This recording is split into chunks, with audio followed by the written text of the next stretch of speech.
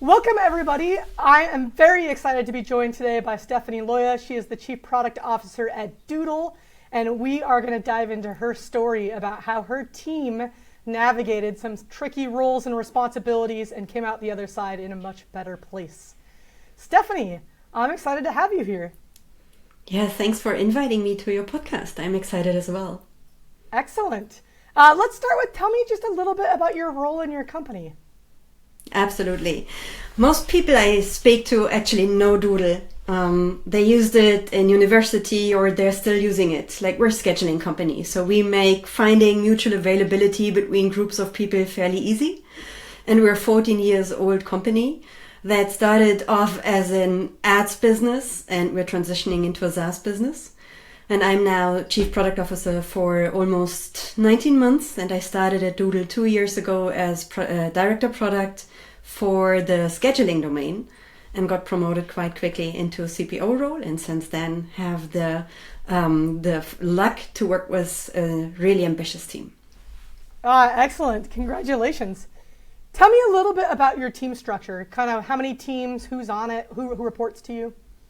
Absolutely. We do have 5 product managers, 1 UX researcher, 5 designer, one of them director design, leading the design team. All product managers report into me. And we do have 5 product teams up and running. Okay. Yeah, great. And so it sounds like you are responsible for product design and research. Is that fair? I am. And product marketing as well. Yeah, excellent. Okay, so I understand from our LinkedIn conversations that your team recently had some really great discussions about the role of user research, the role of continuous discovery, who does what. I definitely want to get into those conversations and that debate, but before we get there, tell me a little bit about what was going on in the organization that inspired that debate. What kind of symptoms came up? What was the day-to-day like that inspired this? Yeah, I assume our story is a little bit different actually, because there was nothing internally inspiring that discussions. It was rather me trying to push my teams to get to that point. And one of the things I started right when I joined Doodle was to start a transition from the classical feature factory towards a product-led organization. So we were literally rather a top-down product organization. Someone had a feature idea, mainly someone from the board or the CEO or the former CPO. They told the teams what to build, the teams built it. And we more or less tried to rather keep up with competition instead of finding our very own unique value proposition. And when I joined, I wanted to transform that organization because I'm so convinced that only if you have autonomous teams that own their space and their domain and that do proper research and that really understand customer problems, that you will be able to also really build amazing products. And we haven't been there when I joined, actually. So the first thing I did when I joined was I introduced a process that I also used at Contentful. And Contentful was high performing, autonomous teams. They've done all things by the books. It's been amazing. And I felt like, okay, if we only use the same process we had at Contentful, and we're using the same thing at Doodle actually, by involving everyone, right? Like talking to people and trying to get them on board and get their feedback. Just introducing the process from discovery to define, to build, to measure, we will be all set up for success because the teams are mature enough to get there. And actually, I was wrong. Yeah, if only. So that's where we simple. started. Yeah, so tell me a little bit about what went wrong. To be honest, in retrospective, nothing really went wrong. I think I just had too high expectations. My expectations were that actually the team is super mature, everyone was super hungry. We have a really excellent team and people who are eager to solve problems, so they understand why it's important. No one was stopping us, neither did we had to convince the CEO nor other teams that we want to work this way. So we were literally set up for success, right? But still transforming an entire organization and all of their ways of working into a more product-led setup is a challenging thing. And if I look at it in retrospective, what I learned is that actually we've done a lot of progress. But the teams naturally tended to focus rather on the build and measure phase and a little bit on the define phase. But they more or less neglected the discovery phase because we already had so many things that we knew we had to deliver that actually no one was questioning that those things are needed, right? So there was no need to do proper discovery. Yeah, this is really common. I think especially in a company where there's a history of feature factory, right? We have plenty of ideas. We're drowning in ideas. Our backlogs are full. Why do we need to go find new ideas? Tell me a little bit about, okay, so you came into the role, you have this grand vision, you want your teams to work the way they worked at your previous company. I know in a lot of feature factories, product teams don't engage with customers that often. Like maybe they get pulled into sales calls or they get pulled into help with support tickets. Tell me a little bit about the habits of the teams when you first arrived. Were they engaging with customers? What was the culture like around kind of customer centricity? Yeah, that was one of the reasons why I didn't doubt a single second that we are ready for discovery as well, because we've done a pretty decent job. We had a really good data team, and the data team was like gearing up in order to provide better data to all teams. So we were able to analyze all funnels, all data, like we were really in a good setup. We're not in a setup where we have access to data ourselves, so we have to rely on a data team to fulfill our data requests, but they're pretty fast and good in prioritization. So we're halfway there when it comes to data. Good setup for a company like ours, right? There's always more room, but we're good. We have a super solid setup when it comes to CX teams and CS teams. So there is a strong bond between CX, CS, and product teams. The CX teams gather a lot of feedback. They sort the feedback in Jira, tagging it by problems, sharing it with product teams. We have CES scoring. We're collecting customer feedback through CES scores. So we have data available all over the place, actually, right? And it's accessible for everyone. It's shared in Slack. We know the problems. We listen to customers. We even talk to customers. My team talks to customers. We haven't had the research function in place. That is something that I brought into the organization. And I was lucky because I had a product owner and I wanted to get rid of product owners. But one of my product owners told me that she would love to become a UX researcher. And so we transitioned her into that role, and she's incredible, actually. So we do have UX research meanwhile as well. So I'd say purely from a setup, we're in a really great shape, actually, right? Okay. So what led to this debate? What sort of arose that led to this kind of conversation around who's doing what? Well, suddenly you have all the insights, right? And everyone is talking to each other.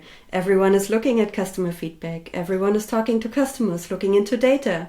All of that is happening, and still people build features. So obviously there is a disconnect, right? Yeah, so what we did is the challenge was between we have all this data, but we're still building what we were always going to be building. Exactly. And then in retrospect, we argue why the features we've built were the right things to build, actually. We have always found reasons why the things we've built were really like high value and why they were solving the right problem. In retrospective, it's always easy to connect the dots, and I think we were good in connecting dots in retrospective, actually. Yeah, this is one of the hardest things to sort of expose on a team, is that it's one thing to build habits, it's another thing for those habits to be effective. And I think there's like, I can have a good conversation, but I have to act on that conversation, right? I have to, if one of the things I think I've written in the past is if like your backlog or your roadmap or your idea log, whatever you're going to call it, isn't changing based on what you're learning in discovery, there's a disconnect there. Okay, so you had 5 product teams, a user researcher who was kind of new to the role. How did you try to address this? What was sort of what did you do to try to improve this? We set it up as individual goals for all product managers to do continuous discovery. We established processes for the researcher, PMs, and designers to do continuous discovery. We established a budget for the teams so they can do more research and structure research. We onboarded to Maze in order to do better research. We sharpened our prototyping skills. We collaborated more closely with the CX teams to also use intercom to acquire more customers for interviews. We're a scheduling tool, so obviously setting up the whole process is not a big deal. We have booking pages in place, right? You can expose them through intercom. We have 60 million customers on file, so it's also not a scaling problem. We have access to customers, right? Like literally, from the outside, we've had the perfect setup. And we've tried everything. The teams were ready. They've read your book. They understand what continuous discovery is. We have had the functions in place. And still, although we've done all of that, the connection between discovery and delivery was completely not existent, right? Okay. And here's the thing. I didn't stop. I continued saying like, can we do continuous discovery? And I heard all of these tiny little problems. Yes, we do. We are using intercom, but no one signs up for interviews. Or yes, we're doing interviews, but like, here are all the problems and we want to solve them, but not yet, right? You know, all these tiny little things. Yeah. So it sounds like recently, I think you had a workshop that had a big impact. Tell me a little bit about that. Exactly. So one of the insights I had when I reflected on 2023 is that the team has done an amazing job when it comes to define, build and measure phase. So we tripled the amount of releases, we created impact, we saw that CES scoring went up. So I wouldn't say we didn't, let's start from scratch. I wouldn't say that we ignored customer feedback at all, right? Like we were already choosing the right problems to solve, but we still didn't do a proper job in doing discovery to its best. So I initiated a workshop as a kickoff for 2024 saying like, team, I see we've done a great job in define and measure phase and build phase, but I feel like we're still lacking discovery phase. And everyone was nodding. And so we went into that workshop. And initially I wanted to spend parts of the workshop on discovery and a little bit on define as well, because we can do better in the define phase as well. But we had to restructure the entire workshop on the go because we figured out there is so much to do in the discovery phase that actually we need to solve that out first. And my key learning from the workshop were actually, I'd say, 3 things. Number 1, my team had hard times defining what a problem is, what a hypothesis is, what the difference between a hypothesis and an assumption is. How did we figure that out? I asked them to define a problem statement for the number 1 problem we're all aware of, where we do have research and data and we all know like this is one of the biggest problems. And I asked them like, turn that into a problem statement. 15 people and it took us 20 minutes to come up with a problem statement that was a true problem statement, right? So that's where it starts already. If your team isn't even able to create a proper problem statement, then obviously you have hard times to define the problems you want to work on. And then we went to the next step and I said like, okay, now we do have a problem statement. Let's create a bunch of hypotheses for this problem statement. Same thing. We struggled to define a proper hypothesis for that problem statement. So if you can't do such things, if you can't really even articulate problems and hypotheses, if you don't know the difference between a problem, hypothesis and assumption, then obviously you need to start from scratch again. And that's what we did. And keep in mind, we're really a mature team, right? Like my teams read all of these books, they do good trainings, they go to conferences, but they were lacking these tiny little details. And to be honest, even I struggled, right? So that was a good exercise. And that was learning number 1, breaking it down into its smallest pieces and aligning on something and learning together as a team, I think unblocked a lot. The next thing we learned is that actually we struggle to understand how we prioritize and how we do research. It felt so overwhelming for the teams on the one hand that they felt continuous discovery is only interviewing customers and we need to interview customers like regularly every week, everyone. And then they had hard times to understand that if they already have a long list of problems, now talking to customers might also mean that they talk to customers that are not even facing the biggest problems. Or they talk to customers that do not fall into the target market we defined. Or they talk to customers that don't even use the product that they are working on or the domain that they are interested in. So that's where the whole struggle started. And so one thing we identified that for us, continuous discovery does not only mean talking to customers every week. It also means we can validate all of our assumptions through various tools. It can be prototyping, fake door tests, internal interviews. It can be anything. We have 5,000 tools, and continuous discovery does not mean just talking to customers. It means finding exactly the right tool to prove or falsify an assumption. And the more evidence you have for your assumption, the less investment you need to make into the validation process, right? The lower evidence you have, the more investment you potentially put into validating or falsifying your assumption. And that was definitely also holding my team back. And then the third thing is, and I think this is something every team is facing, the team was on fire. We have so many features to deliver. We have so many things up and running. And then there is the engineering team. We have some engineering teams that are so high performing that they put a lot of pressure on PMs, saying like, what's next? What's the vision? Like, what are we going to build? But then nothing is lined up because the PM says, you know what, like I'm now in the problem space and I have nothing prepared for you. So do some tech debt, right?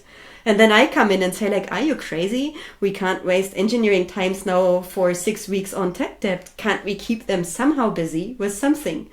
And then the PMs are in this constant stretch between everyone is pushing them into any direction. And they rather want to satisfy the engineering teams because those are the people they work with every single day. So these are the three problems, right? Not knowing the details and how to define problem and hypothesis, not knowing how to do proper research and mixing up continuous discovery with just interviewing customers. And the third problem, this constant stretch between being pushed into different directions from different people. And we needed to break that vicious cycle, actually. Yeah, okay, so it sounds like this workshop surfaced a lot of not sort of big challenges, more of the like little connecting glue challenges that so often are the real obstacles in an organization. So what happened next? Magic.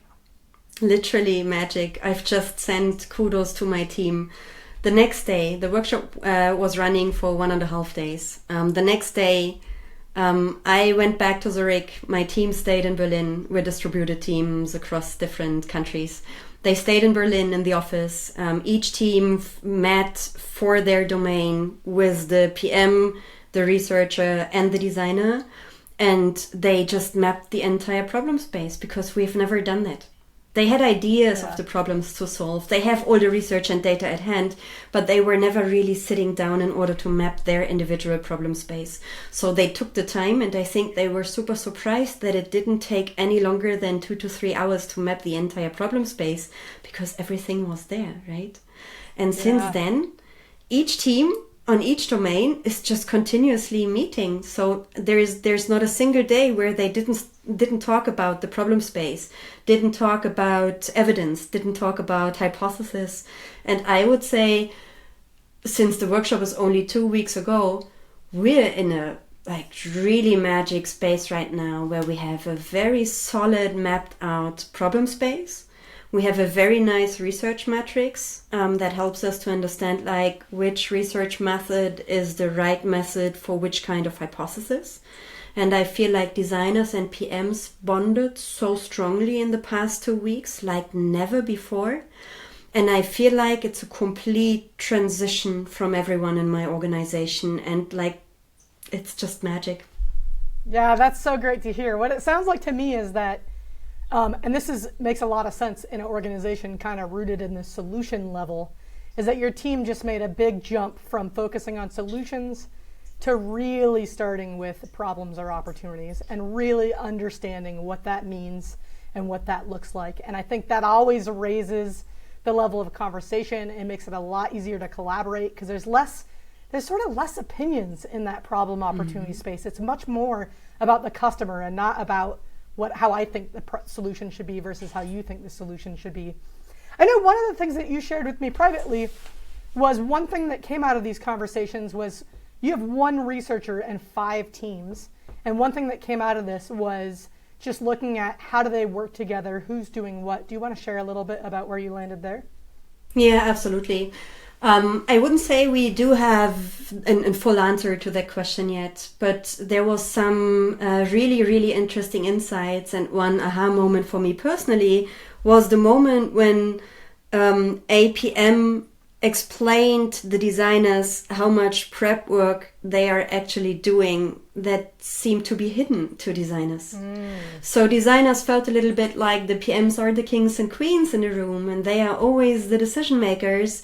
And they felt like all of their decisions are rather like biased or not foundational enough or not based on research or insights. It's just like gut feeling or, they just come up with things. But when my PMs explained to the designers how they actually approach their work and they explained what an ICE scoring is or how they do validate certain things or how they look at data every single day, the designers came back to the PMs and said like, we didn't know that you put so much effort into preparing each of the refinements and sprints, and we didn't know that the decisions you make are based on so many insights. Like, why didn't you just share this with us, right? Yeah. And why aren't we part of the process? So it's a transparency problem. So if you ask me like, did the roles change? I don't think so.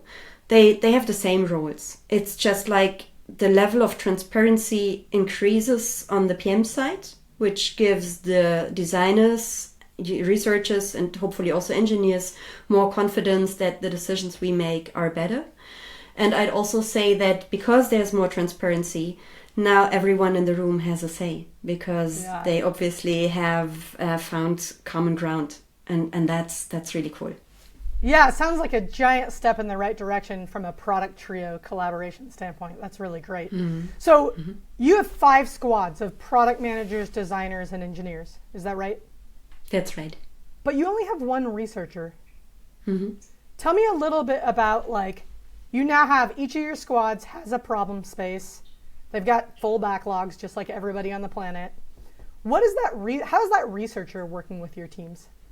Yeah, I introduced flight levels to my teams. I think teams often struggle to connect the dots between vision, strategy, and execution or opportunity space, right?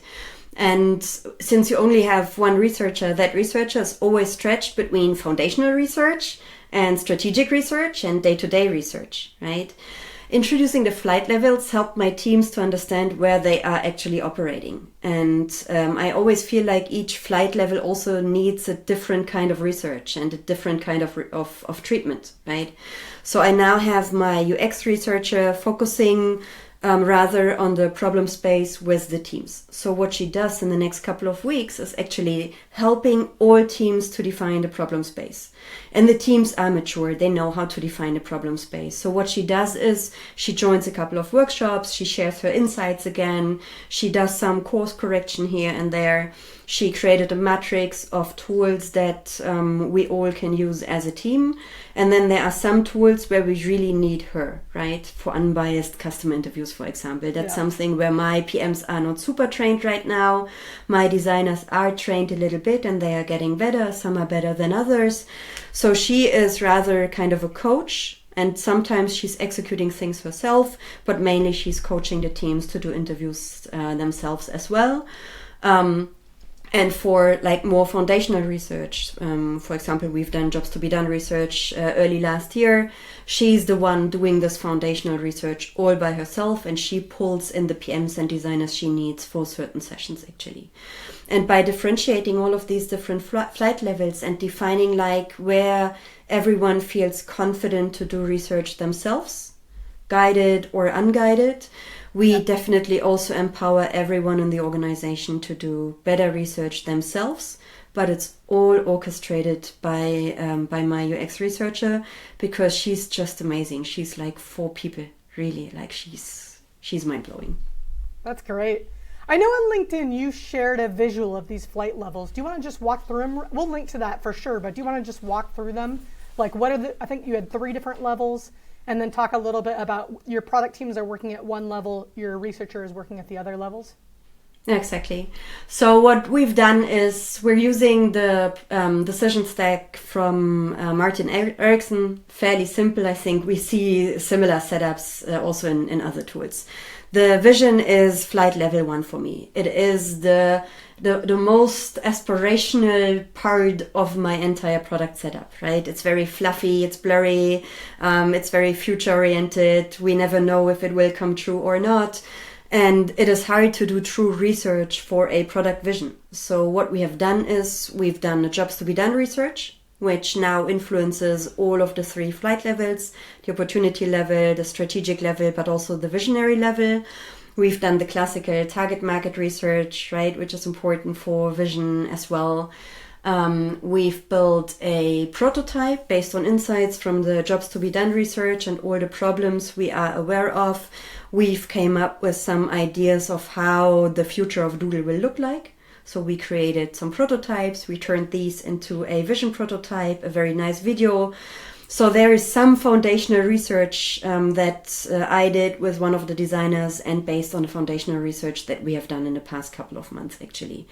This is more or less ongoing, but we're not putting too much resources into that area for now because it is very well defined and understood, right? We will have to iterate on it, but it's okay to not invest more capacity into that right now. Yeah. On the strategic level, we've done the jobs to be done research.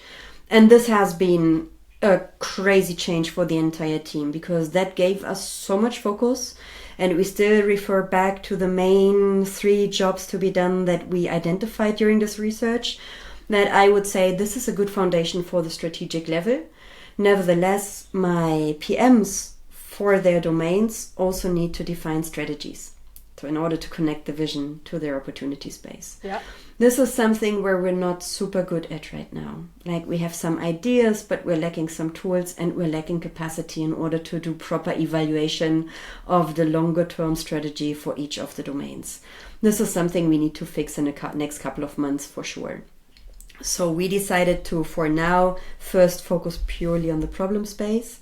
And that's where each of the PMs has an idea of the most pressuring problems to solve in the next 3 to 6 to 9 months, actually.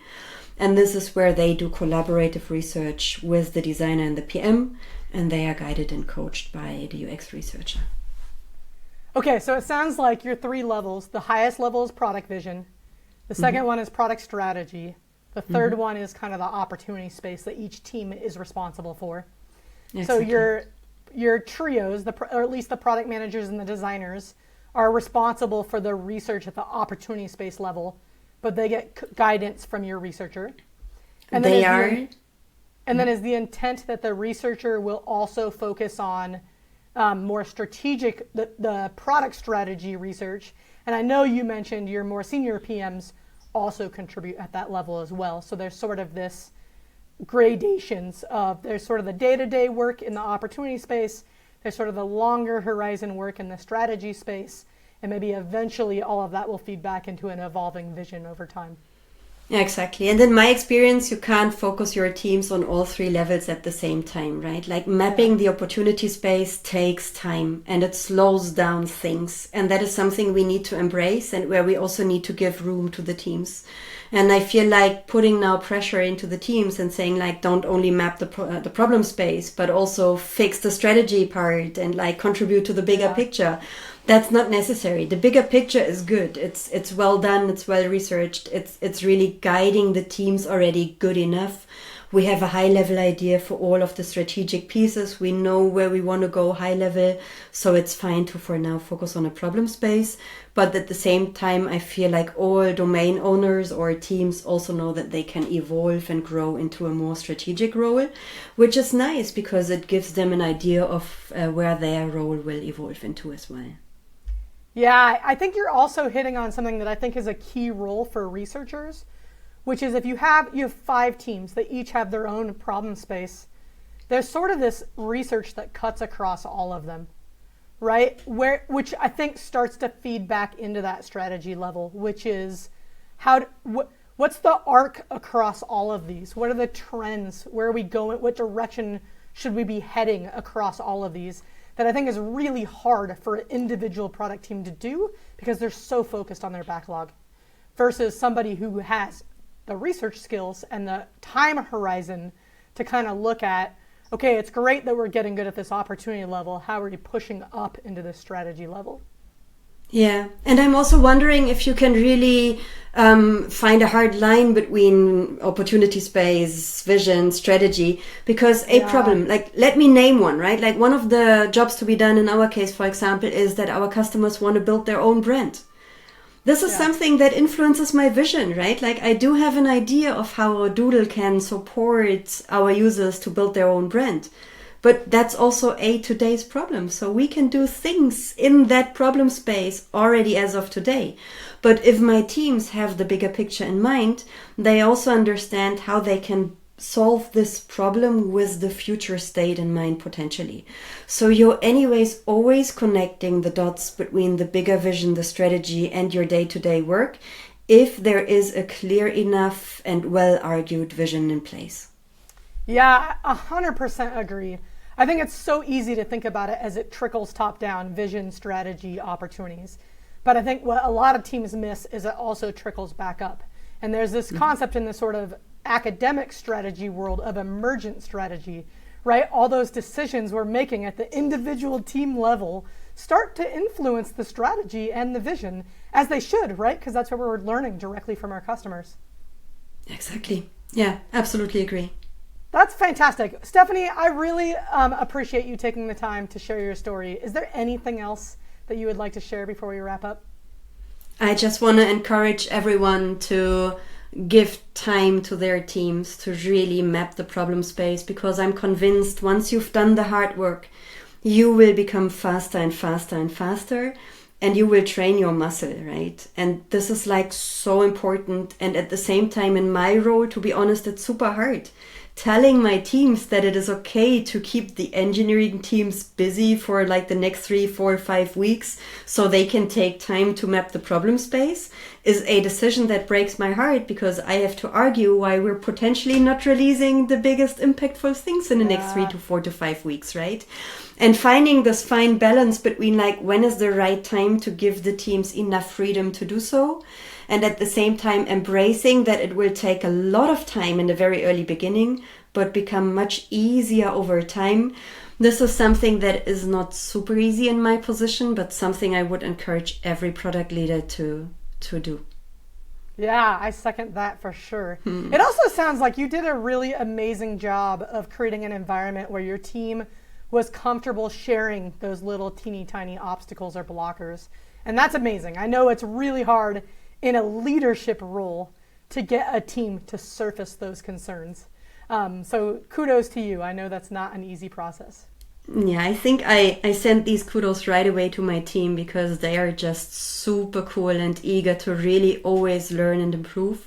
So it's the people that make me successful so I can make people successful, right? It's a team effort. Excellent. Well, I'm excited to see where Doodle heads, because it sounds like the team is embarking on a pretty good direction, and I'm excited to see what comes from it. Same here. Thanks. All right. Thank you so much.